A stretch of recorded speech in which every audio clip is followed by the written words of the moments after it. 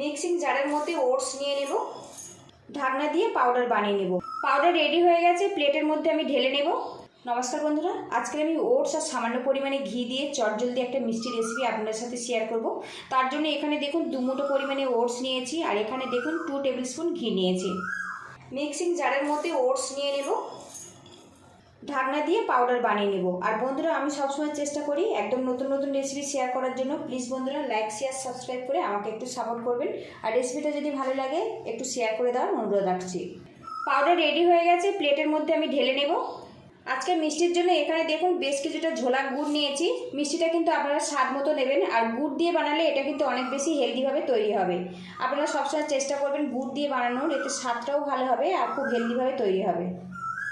সসপ্যানের মধ্যে half glass পরিমাণে জল দিয়েছে, জলটা হালকাভাবে গরম হয়ে গেছে। এর মধ্যে দিয়ে দেব গুড়। জলের সাথে গুড়টা কিন্তু ভালো করে মিশিয়ে কিছুক্ষণ ফুটিয়ে নেব। এদিকে দেখুন বন্ধুরা, কিছুক্ষণ ফুটিয়ে নিয়েছি, আর এই রসটা কিন্তু খুব বেশি চ্যাটচ্যাটে করতে হবে না, জাস্ট একটু ফুটিয়ে নিলেই রেডি হয়ে যাবে। এখন রেডি হয়ে গেছে, এবার এটা আমি নামিয়ে নেব। এই প্যানের মধ্যে দিয়ে দেব ঘি। এদিকে দেখুন বন্ধুরা, ঘিটা কিন্তু বেশ ভালো মতো মেল্ট হয়ে গেছে। এবারে এর মধ্যে দিয়ে দেব ওটস।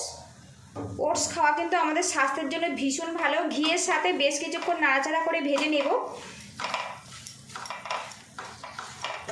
ঘিয়ের সাথে ওটস কিন্তু বেশ কিছুক্ষণ নাড়াচাড়া করে নিয়েছি, আর এখন কিন্তু খুব সুন্দর একটা গন্ধ বেরিয়ে আসছে। আর গ্যাস রেটটা কিন্তু একদম কমে রেখে এই মিষ্টিটা বানাতে হবে। এবারে এর মধ্যে দিয়ে দেব লিকুইড গুড়। একটু ছাঁকনি দিয়ে ছেঁকে নেব। গুড়ের মধ্যে অনেক রকম ময়লা থাকে, সেটা খুব সহজে বেরিয়ে যাবে। এইভাবে নাড়াচাড়া করে রেডি করে নেব।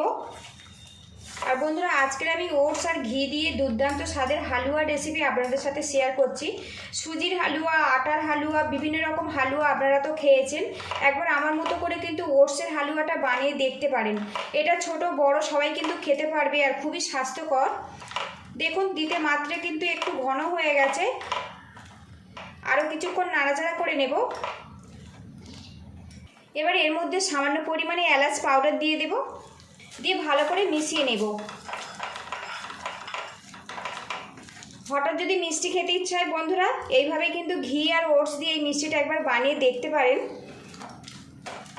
বেশ কিছুক্ষণ নাড়াচাড়া করে নিয়েছে, আর এখন দেখুন হালুয়াটা বেশ প্যান থেকে ছেড়ে ছেড়ে আসছে, আর ঘিটাও কিন্তু আলাদা হয়ে গেছে। এইভাবে রেডি করে নিতে হবে। আর বন্ধুরা, ওটস দিয়ে তো অনেক রকম রেসিপি খেয়েছেন, একবার ওটস আর ঘি দিয়ে এই সুইট রেসিপিটা একবার বানিয়ে দেখতে পারেন। যদি বাড়িতে বানান অবশ্যই কিন্তু কমেন্ট বক্সে জানাবেন। হালুয়া পুরোপুরি আমার রেডি হয়ে গেছে, এটা নামিয়ে তারপর ফেরত আসি। তো দেখুন বন্ধুরা, কত সুন্দরভাবে এটা রেডি হয়েছে। দেখুন, এটা কিন্তু খুবই হেলদি একটা মিষ্টি রেসিপি। ওটস আর সামান্য পরিমাণে ঘি দিয়ে দুর্দান্ত স্বাদের আমার হালুয়া কিন্তু রেডি হয়ে গেছে, আর এখন কিন্তু খুব সুন্দর একটা গন্ধ বেরিয়ে আসছে। এই হালুয়া পুরোপুরি ঠান্ডা করে তবে কিন্তু আপনারা পরিবেশন করবেন। এখন খুবই গরম আছে। এবারে ওপর থেকে কিছুটা আমন্ড কুচি নিয়েছি, আপনারা পছন্দ মতো ড্রাই ফ্রুট দিয়ে দেবেন। ভালো করে ছড়িয়ে এটা পরিবেশনের জন্য রেডি করে নেব। তো বন্ধুরা দেখুন কত সুন্দরভাবে রেডি হয়েছে। রেসিপিটা যদি ভালো লাগে প্লিজ বন্ধুরা লাইক শেয়ার সাবস্ক্রাইব করে আমাকে একটু সাপোর্ট করবেন। পুরো ভিডিওটির সঙ্গে থাকার জন্য অসংখ্য ধন্যবাদ। ভালো থাকবেন, সুস্থ থাকবেন, দেখা হবে নেক্সট ভিডিওতে। তো বন্ধুরা, সত্যি খুব সুন্দর একটা গন্ধ বেরিয়ে আসছে, আর কত সুন্দরভাবে হালুয়াটা রেডি হয়েছে দেখুন বন্ধুরা।